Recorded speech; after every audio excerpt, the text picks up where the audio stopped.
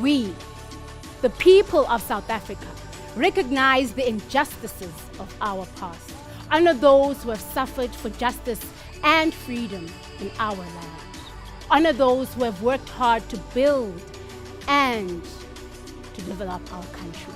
And so yes, we acknowledge that we need to commit, to belong without a doubt, to stand for, to stand against, to understand that this land needs more hands to till it. To know that some townships are malnourished of dreams.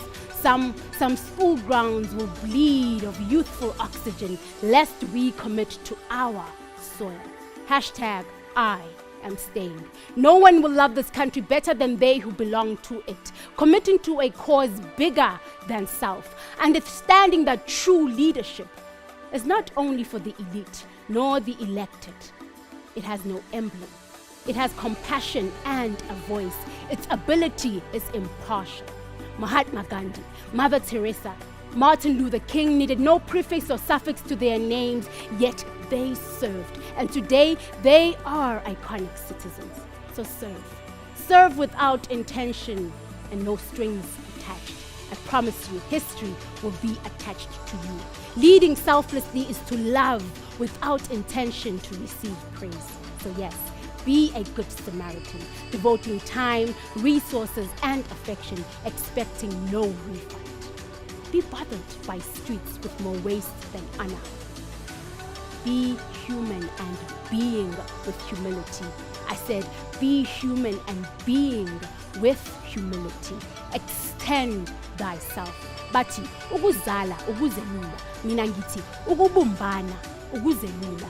As we unite, we extend ourselves across generations, alleviating and relieving each other's burdens. So yes, let us commit. Let us belong without a doubt. Let us stand. Let us stand for. Let us stand against. Let us understand that we need to be devoted citizens. Good evening, viewers at home. My name is Sibo Dube. I'd like to welcome you to the official launch of the Devoted Citizen Movement. Today in our studios, I have the founder of Devoted Citizen Movement, Reverend Chris Matebula. Rev, welcome. Thank you, Sibu. Today is Human Rights Day, and it's a very significant day in the South African calendar. And what a day you have chosen for you to launch this movement. Yeah, I think this is what we have been looking for. We have been praying for this, and I'm so glad that finally this day has arrived, and I'm looking forward to have a wonderful discussion with the viewers at home. Absolutely. Maybe let's start here. This is where the journey began. Yeah. Last year, June 2020, in the middle of a pandemic, you released a book titled Devoted Citizen. What inspired this book, and what is the thinking behind the book? You know, over the years, since 1994 when we got our independence, I picked up something with our citizens that as much as the country was handed over to us, or to give us the freedom, but I realized that we received a freedom without knowing the responsibilities as citizens. Here we are, we have the freedom, but we don't know the responsibility that comes with the freedom. I mean, after we took the country, a lot of things did not improve. Actually, a lot of things had to go down because we were not responsible, we were not caring enough for the infrastructure, we were not even treating one another in a proper way. So I realized that there's a lot of work in the area of training the citizens to become responsible citizens. And having read the book, the 21 chapters really encapsulate exactly what you're talking about, the fact that with freedom comes a responsibility. Yeah. Can you just unpack that part of your chapter? I know there's a chapter that focuses on that. First of all, one of the chapter talks about devoted citizens. They love their country. They become patriot of their country.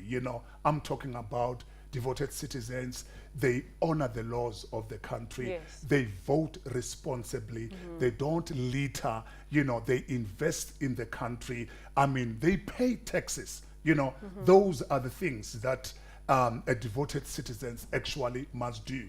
And those are the things that when we got our freedom, nobody told us that now you must clean the streets, you must never litter, and people, they still act as if it is not their country, it is something that belongs to other people. You look at the way we drive, we don't even honor the laws of the road. When the traffic light, it is red, it simply says stop. But people, they don't know that. So in this book, we thought we needed to teach the citizens to take those basic responsibility, because building a country, it is when you honor those basic laws, and that is how you build a strong country.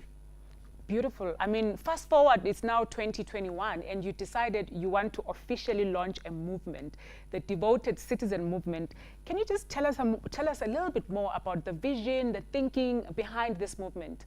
Obviously, when we saw people responding the way they've responded in the area of a book to say, you know what, I want to teach these principles to my children. I want to teach this principle to my neighbors. And we saw a need to say, you know what, it must not just become a book, it must just become a movement. A movement, it is something that you take it from one level to the other, you know, to also to the next generation. So we thought it would be a beautiful thing if we can teach the citizens of the country, you know, beginning with the primary schools, you know, young children and teenagers, high schools. So we decided we're gonna take this thing and then into the area where it becomes a movement, where we're gonna influence all the South Africans to take responsibility and to build a successful country for the sake of the next generation. And you know, my understanding of a movement is that when a movement comes into play, they are there to transform something fundamentally.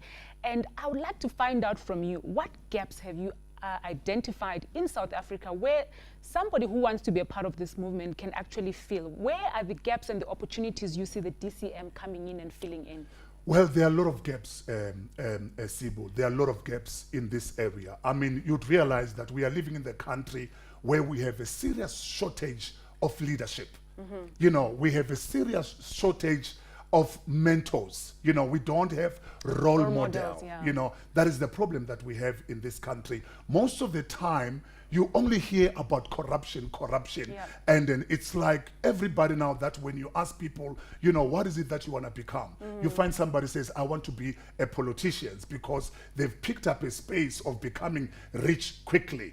But we say, here is a movement, we can mentor people. And not only that, I mean, what we do, we identify great leaders in the country. And you know what we do? We give them a certificate and we put them in public to say, here is the devoted citizen of the year. You know, a young person who is modeling an excellent life. You know what we do? We say, here is the devoted citizen of the month. Whoever is doing a great thing in the country, so that we can motivate citizens to become devoted citizens, so that they can influence other generations, so that they can do the same. And it doesn't matter, you know, which spheres of life. It can be in the sports, it can be in politics, can be in business, it can be in education, can be in science, art and culture. When we see somebody doing a great thing, we come along as a movement and then we encourage them to say, you are a devoted citizen. So there's a serious gap in that area. You know, one of the quotes that actually struck me in this book was when you mentioned a quote that says, a politician thinks about the next election, but a leader thinks about the next generation. I quite like the fact that you talked about role modeling. And today, being Human Rights Day, we lack role models to role model the fact that, you know, gender-based violence is something that shouldn't be done. Corruption, for example, you know, is something that should not be part of our narrative. How do you see the DCM movement getting into that space of social injustice and the space of corruption? How are you going to transform things? Definitely. Our motto here, Sim, is that devoted citizen, it is the voice for the citizens. You know, that is our motto. Not just a voice for the citizen, but a voice to the citizens. What we are saying to the citizens, if we are doing wrong, we actually gonna come and confront you, because we are not just doing things for ourselves, it's for the next generation. But at the same time, we have become a voice for the citizens, because there are many citizens, you know, who are going through a lot of pain. Some of them, they cannot stand in the court and present themselves or present their case. This is where we come in as devoted citizen. We get a best lawyer, you know, for those people to say, be a representative for this person who cannot defend themselves. So we come in, we defend those citizens who can't stand there by themselves. You know, we give a support to the community, to the country, so that everybody can get the justice that they deserve. That is what we do as devoted citizens. Remember, it is not just about us. You know, we are thinking about the next generation.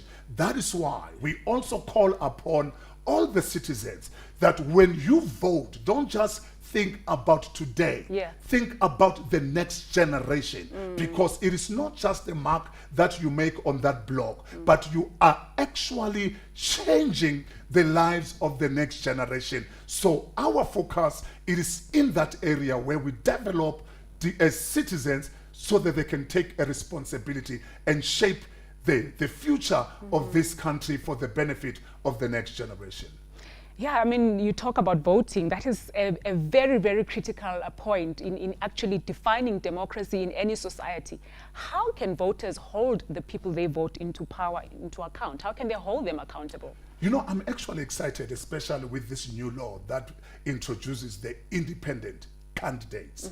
You know, so it begins by one becoming a devoted citizen before you can hold someone accountable. Yeah. You know, if you can put someone who is devoted in the position, it will be very, very simple to hold those people accountable. But the problem that we had over the years, we have allowed people who have never won any battle in their backyard. Yeah. And then they don't have anything that they can present to the people to go into the public space. You know, they've never conquered anything, they've never proven themselves, and here they are up there, and now you want to hold them accountable. It becomes difficult. How do you hold people accountable? You need to train right people to be in those high positions, which is what we are doing as devoted citizens. We are developing devoted citizens who are going to represent us in an excellent way, in an excellent manner, so that even if they fail right there in public, we are able to remind them that these are the principles and the qualities of a devoted citizen. What is it that you are doing now? Because you said you're going to stand for 1, 2, 3, 4, 5 things. So you are not doing that. Now we are recalling those people as well. But the beauty is that now we have independent candidates, and devoted citizen will come along and make sure that we train even the independent candidate to be devoted citizen and change this country for the better. And I know, I mean, amongst those principles, you refer to things like leadership, heart of servanthood, integrity, a community builder. You know, and when you look at the narrative of most African countries, you find that that bit about being a community builder seems to lack. Why I say that? Sometimes resources are not accounted for. We're the richest continent in the world. Yeah. But look at the poverty that we're faced with. You know what breaks my heart? I actually discovered that there is 2 types of leaders in this country. You know, it's the first type of leaders is the life givers. You know, that is the first group of leaders. And you've got those that I call life takers. Sure. You know, and over the years, we have produced life takers leaders. When they get into power, they think about themselves. They think about their stomach. They don't think about the next generation. So the purpose of devoted citizen movement, we want to produce life-giving leaders, people who are going to think about the next generation, people who are going to think about tomorrow, that when they are in that position, they are not there for themselves, but they are there for the people and for the next generation. It is a painful thing that when you look at Africa, almost everywhere in Africa, when there's a leader, the leader does not make the country better. With all the resources that we have, it is actually a shame and a painful thing for an African child to go to bed without a meal. Yet we have all the minerals and all the riches. Once again, our leaders have failed us, but it is time for us now to raise proper leaders who are going to take those positions and develop, you know, great leaders who are going to change this continent for the better. And listening to you speak now, I think I'll ask you the million-dollar question. Is DCM a political party?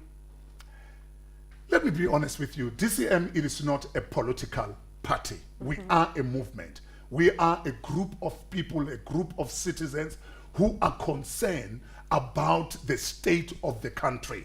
You know, that is why even at this present moment, we are prepared to work with everybody. You know, if the ruling party, even right now, if they want us to come and train their people to become devoted citizens, we're going to do that with a smile, because we see beyond the political party. It doesn't matter who comes to us, you know, and then to ask us to do this. We're going to work with everybody, because our interest, it is the success and the well-being of South Africans and this country.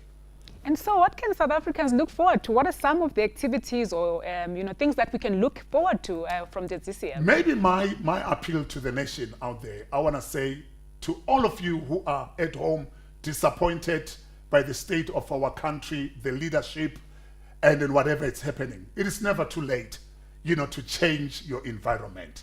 You can begin right now, and you can begin by becoming a member of Devoted Citizen. Let us build this country together with you.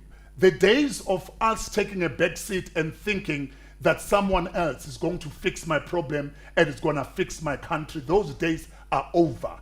For the success of this country, or for this country to be successful, it depends on you. You need to bring your skills, you need to bring your influence, your contribution. You need to start wherever you are and make a difference. But we are giving you an opportunity to become a part of this movement where we can change this nation for the better. And if someone is watching at home and they want to be a part of this, how do they go about it? Well, we've got our website that is available, and then right now, and then it will reflect on the screen. You can give us a call. It doesn't matter. You are white, black, yellow. We accept all South Africans because we strongly believe that we are better and stronger together. If we can join hands and make sure we build this country, I strongly believe that South Africa has a brighter future, especially because you are a part of it. Thank you so much for this enlightening discussion, and I think it's clearer now for many people what you aim to do, and hopefully we will see more from DCM. Watch the space, and thank you for watching. We're looking forward to partner with you and change this country for the better. Wow, thank you, Reverend Mathebula, for that enlightening discussion, and I'm sure those of you who were wondering what DCM is all about tonight, you got the clarity. We're moving on to the next item of our program tonight, and we are going to invite our keynote speaker, Dr. John Tibane. Good evening, devoted citizens. Good evening, soon-to-be devoted citizens. Reverend Chris Mathebula, thank you so much for giving me this honor to share a few thoughts on this day when we are launching Devoted Citizen Movement, which I truly believe that it is a movement that South Africa needs. I'm going to be answering the question, why do we need devoted citizens, and therefore, why do we need a devoted citizen movement? And I'm going to do that by demonstrating to you that for South Africa to be a winning nation, it needs to make some quantum shifts. In other words, South Africa needs to reset itself. But these quantum shifts that this nation must make requires a different kind of people. And this kind of people we are talking about are the devoted citizens. For South Africa to become a winning nation, there are many shifts that need to be made. I am going to talk about 4 of them. Because for these shifts to be a reality, we need devoted citizens in all the pillars of society, whether it is family, whether it is government, whether it is the economy, whether it is business, whether it is culture, politics, education, science, you name them. We need in every sphere of society to have devoted citizens being represented. Now, what are these 4 shifts that we need to be making? The first one is we need to shift from liberation to leadership. We need to shift from liberation to leadership. You see, liberation is good, but leadership is better. When we deal with issues of liberation, liberation frees you from, whilst leadership frees you to. So in other words, liberators help you to be free from the hand of the oppressor, whilst leaders help you to be free to enter the land of promise. So it is possible for you to be free from the land of oppression, but only to find yourself spending all your life in the desert. Liberators are important in our lives. And where we are right now as a country and as a nation, we have been liberated from the hand of the oppressor. We have been liberated from apartheid. We have been liberated from the land of oppression. But now we need to make a shift from focusing on liberation to now focus on leadership. You see, the challenge with liberation is liberators are trained and skilled to free you from the oppressor by killing the oppressor, by killing the enemy. So liberators, by design, they look for an enemy and they kill the enemy in order to free their people from the enemy.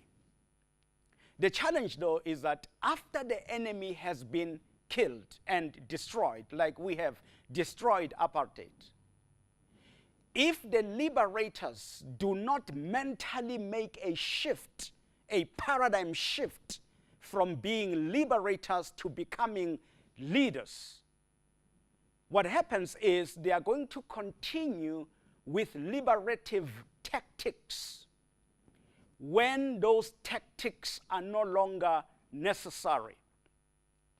So they will now look for an enemy. If they don't find the enemy, they will have to create an enemy because they are skilled at dealing with the enemy. And that is why many liberation movements, they tend to self-destruct. If you study history, you know that wonderful movements and organizations that were liberators and they did a great work. Once their people are liberated, they begin to self-destruct if they do not make a shift from liberation to leadership. Whether we like it or not, whoever helps you to cross the Red Sea may not necessarily be the one who helps you to cross the River Jordan. The tactics of escaping the enemy are not the same as the tactics for entering the land of promise. I am not cursing liberation and sanctifying leadership. I am saying there is a need for us to make a shift. You see, liberators, they use their intelligence to destroy an enemy, whilst leaders, they use their intelligence to spy the promised land. Leaders, they think about how are we going to have enough milk for our people? How are we going to have enough grapes for our people? How are we going to have enough honey for our people? That's what they are concerned about because they are leaders. Whilst liberators, they are also intelligent, but their intelligence is used to analyze the enemy and see how the enemy can be destroyed. And that is why there's a need for us to shift. That's the first shift. If you think about this shift, you will notice that we need a new cadre of people in our country, devoted citizens, people who have been trained to be committed to carry the burden of freedom. The second area where there is a need for us to shift We need to shift from transactional politics to transformational politics. Transactional politics to transformational politics. Transactional politics is, in fact, a transaction. It's a give and take. There is a seller and there is a buyer. Vote for me, I will build you houses. Now that sounds good. And in fact, that's how it should be. If you vote for me, I must build you the houses. But you see, the problem is it is just a transaction. And in a transaction, usually there is a winner and a loser, even though it's a give and take. But people can bargain. It depends on who has got more negotiation power. And the problem with transactional leadership is that the politician is, in fact, having more power than the one who is supposed to vote for them. So they can agree for less. Why? Because they've got nothing. If you don't have water, even if I just promise you a glass of water, you will take it, even though you deserve to have a drum of water. But because you don't even have a teaspoon of water, you will agree for a glass of water in exchange for the votes. That is transactional politics. And transactional politics deals with the problems of today, whilst transformational politics, it's really about the bigger picture. Transformational politics, even though they will meet your present need whilst you are still a worm. But you see, transformation is about how can this worm or this caterpillar metamorphosize or transform until it becomes a butterfly. So transformational politics makes those who are involved not to see you as you are, but to see you as you can be. And they make a commitment to helping you become that which you were born to become. That is why it's a transformation. So they are committed to your tomorrow as well. They are committed to your total well-being or total wellness. And that is why there's a need in our country to make a shift from transactional politics to transformational politics. You see, transactional people, they are the now people. And because they are the now people and they are short-sighted, they want to get everything they can get right now for themselves. Because they know that many of them are actually mediocre people. They don't even know how they got that position, and there is no guarantee that they will be leading tomorrow. So they better get everything right now. It's a transaction. But a transformational person, they know that they got into that space because they deserve to be in that space, and they have what it takes to help this person, this citizen, who may be a worm financially, a worm in many other ways, to transform until they become a butterfly, which will fly over its anxieties, fly over its depression, and fly over its lack. But you need transformational politics. If you think about this shift from transactional to transformational politics, you will agree with me that we do need a new cadre of people.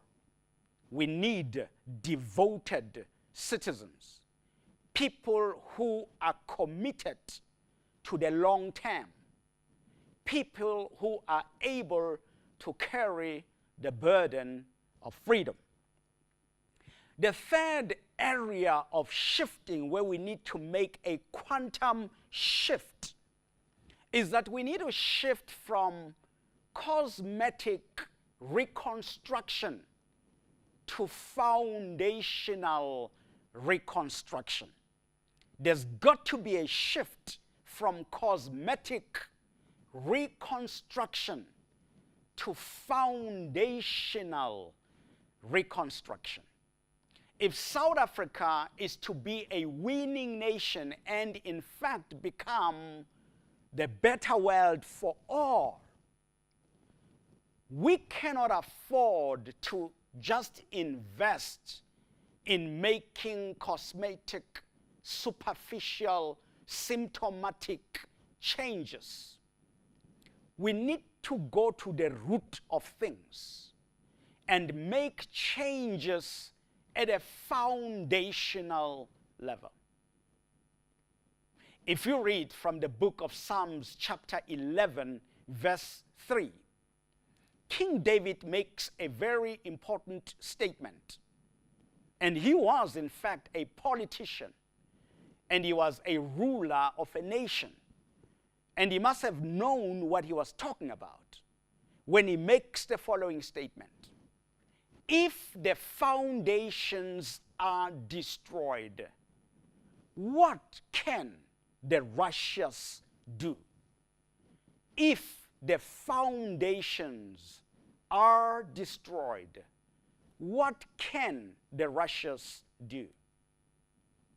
The word righteous there, it means right standing with God.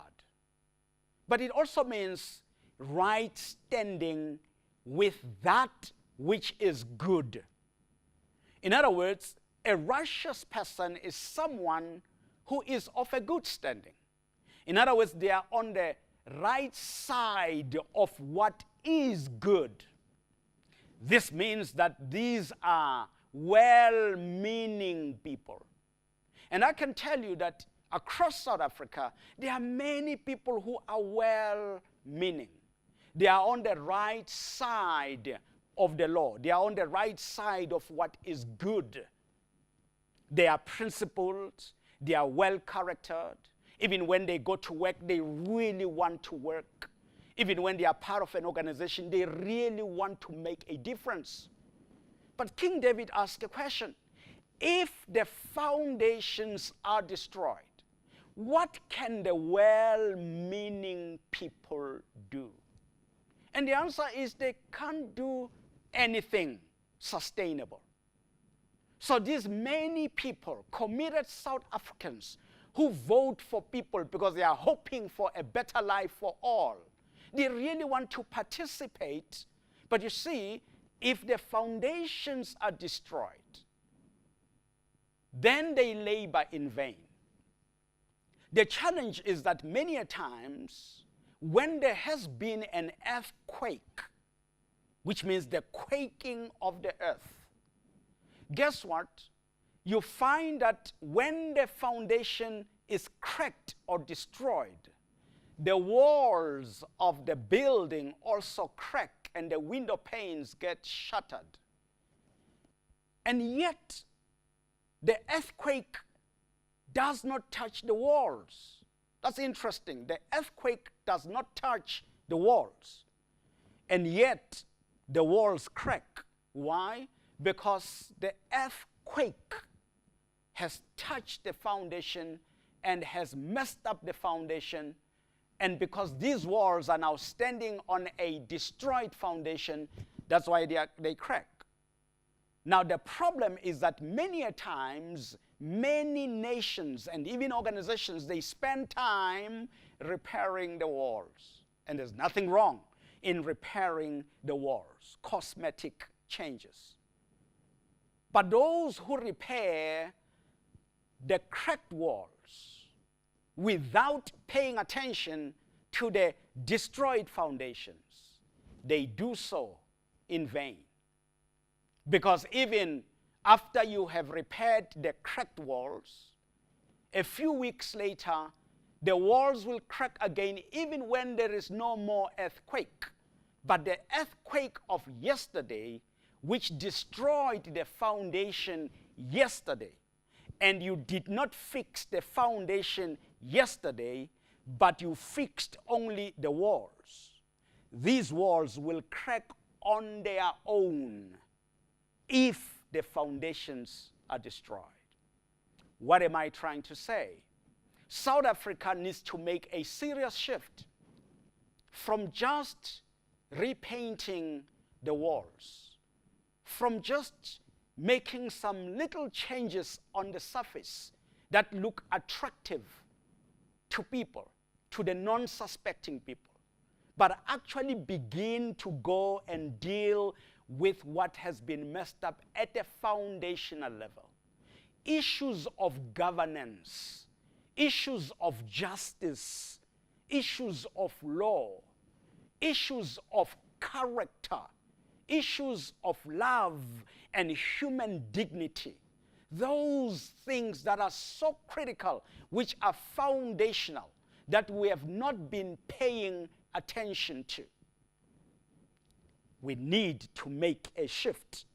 But this shift will not make itself. It needs a new kind of people. It needs devoted citizens. And that is why this movement is critical. In fact, I like it because it is called a movement, because it is going to assist to make the shifts that South Africa actually needs. Let me share with you the last point, and there are many areas of shifting, but I will end with this one, which is the fourth one, and that is we need to make a shift from output-based planning to outcomes-based planning. In fact, you could talk of output-based government or governing to outcomes-based governing. There's a difference between an output and an outcome. An output is something we produce or something we deliver. We can put it on the table or on the floor, or we can erect it and people can come and see it. It has been done. It has been delivered. It has been produced. It is very dangerous, though, to conduct your life just based on output and end there. The shift we must make is that we need to be outcomes-based in the way we do things. So what is an outcome? An outcome is that which we want to achieve, which will have a positive impact in a specific beneficiary. What makes an outcome different from an output is that an outcome, when you deliver it, you have a beneficiary in mind. Somebody must benefit from your work, not just you, somebody. There is someone who must benefit. So let me make an example here of an output. Imagine the Department of Roads in a given province. An output would sound like this: a 2-kilometer tarred road. Yes, we are going to build a 2-kilometer tarred road. And because that's their plan, they actually go ahead and build a 2-kilometer tarred road. And after they have done that, then they call the minister or they call the MEC or very important celebrities or premier or whoever to come and cut the ribbon and then open this road. And we celebrate, well done. Only to find that the road helps nobody. Maybe the only person it helps is some chief somewhere. It moves from the doorstep of the chief to some place somewhere. But an outcome would sound like this: connecting citizens to areas of economic activity. Connecting citizens to areas of economic activity. Why? There is a higher goal. People have been excluded from economic activity. So because this Department of Roads belongs to a government that talks a lot about inclusive economy, because it is a responsible, accountable department, then it plans outcomes-based. The outcome should be to connect our villagers, to connect our citizens to areas of economic activity. If you do that, the road can still be a 2-kilometer tarred road, but the direction it is going to take